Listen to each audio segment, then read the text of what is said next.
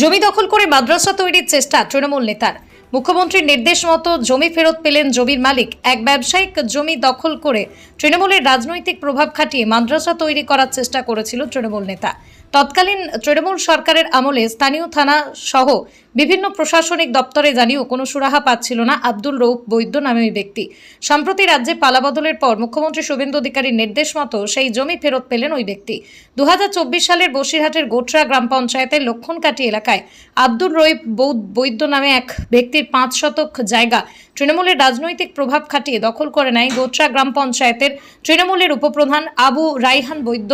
জোর করে দখল করে নেয় সেই জায়গায় অবৈধভাবে মাদ্রাসা তৈরি করার চেষ্টা করে উপপ্রধান। সেই সময় জমি মালিক আব্দুল রৌফ বৈদ্য বিভিন্ন প্রশাসনিক দপ্তরে জমি ফেরতের জন্য আবেদন জানিয়েছিলেন, কিন্তু তার আবেদনে সাড়া দেয়নি কেউ।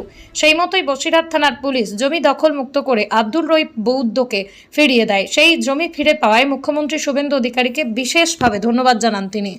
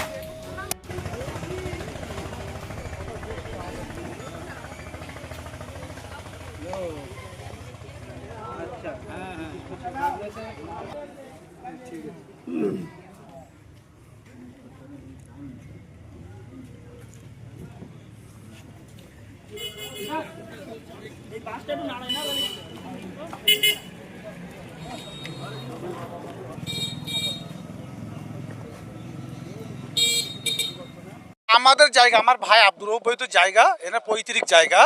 যেহেতু আমাদের উপপ্রধান আবু রাহান বৈদ্যর পিছনে জায়গাটা ওনার, তার জন্য ক্ষমতার বলে উনি উপপ্রধান হওয়ার পরে ক্ষমতার বলে আমাদের জায়গাটা জোর করে দখল করে নিয়েছিলেন।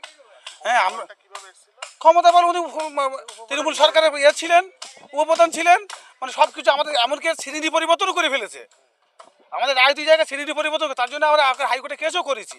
মানে এতটা প্রভাবশালী। সেখানে একটা মিথ্যে মাদ্রাসার একটা বোর্ডটা নিয়ে দিয়েছে, তার মানুষজন সিন্ডিপ তৈরি হয়।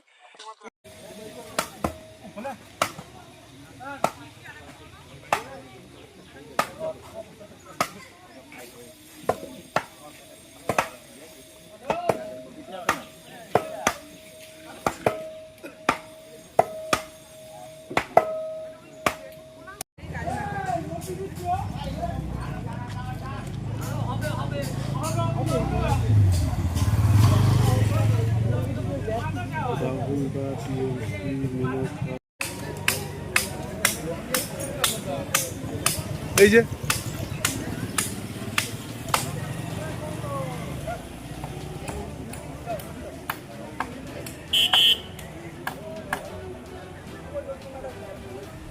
জায়গাটা আমার জায়গা। আমার নাম আব্দুল রৌফ বৈদ্য, গোটরা গ্রাম পঞ্চায়েতের উপপ্রধান আবু রাহান বৈদ্য জোর পূর্বে জায়গাটা দখল করে রেখেছিল।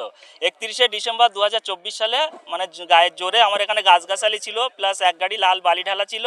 সেই বালিগুলো ঘুরিয়ে দিয়ে গাছগাছালিগুলো কেটে কিছু মোস্তান বাহিনী নিয়ে পুরো জায়গাটাকে দখল করে রেখেছিল। তারপরে আমার এই জায়গাটাকে মানে আমার নামে আমাকে মারধর করে, প্লাস আমার এই জায়গাটাকে মানে নামকরণ চেঞ্জ করে ফেলেছে। রায়তো ছিল সেটাকে মানে খুব মানে ক্ষমতাশীল মানে এ করে উপর থেকে এ করে চাপ দিয়ে মানে প্রেশার দিয়ে জায়গাটার নাম পরিবর্তন করেছে। তারপরে বিগত যে আগামী যে সরকার ছিল সেই সরকারের কাছে আমরা স্টেপ নেই, কোনো স্টেপ পাইনি, কোনো আমাদের হেল্প করিনি। এমনকি মানে আমাদের কোনো কেস নেইনি। আমরা হচ্ছে এফআইআর করেছিলাম, এফআইআর কোনো মানে এফআইআরটা জমা নিয়েছিল বটে, কোনো হচ্ছে মানে সহযোগিতা করিনি। তারপরে সরকার চেঞ্জ হয়ে যাওয়ার পরে এই সরকারকে আমরা অসংখ্য ধন্যবাদ জানাই। এই সরকার চেঞ্জ হয়ে যাওয়ার পরে আমরা হচ্ছে এফআইআর করি, প্লাস হচ্ছে আমাদের মুখ্যমন্ত্রী শুভেন্দু অধিকারীকে অসংখ্য ধন্যবাদ জানাই। মানে আমরা চিঠি করার পরে 1 সপ্তাহের ভিতরে আমাদের স্টেপ নেয় থানাকে। তারপরে আমাদের